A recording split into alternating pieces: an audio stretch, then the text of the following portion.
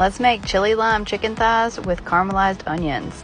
Start with some chicken thighs. If you want to trim them for extra credit, go nuts.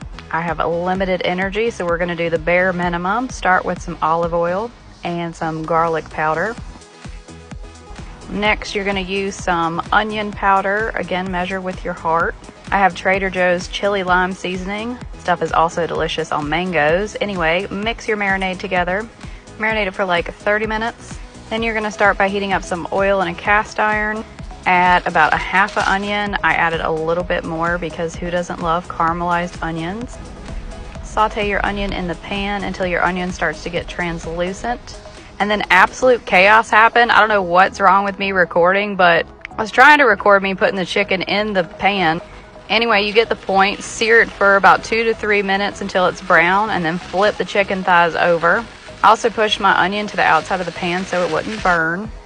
And then you're going to add about 3 to 5 to 10 garlic cloves, however much you want. Look for a lime that is smooth on the outside. That means it will be extra juicy. I added some fresh lime juice to my pan, and then some crushed red pepper for a little bit of heat, and then about 2.5 bay leaves. In Mexico, I learned they add bay leaves to pretty much everything.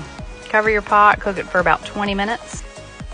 Then I'm going to roast some overpriced asparagus. I covered it in olive oil, Italian seasoning, garlic, probably onion. After your chicken has cooked for 20 minutes, this is what it looks like. Smells wonderful. Again, for extra credit, check the cooking temperature. I just eyeball it and hope for the best. This is my asparagus after about 15 minutes.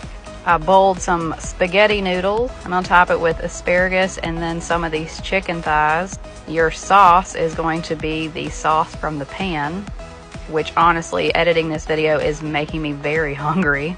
Make sure you scoop up some of those onions and some of that garlic. Sprinkle it over the top. And this is what your dinner looks like.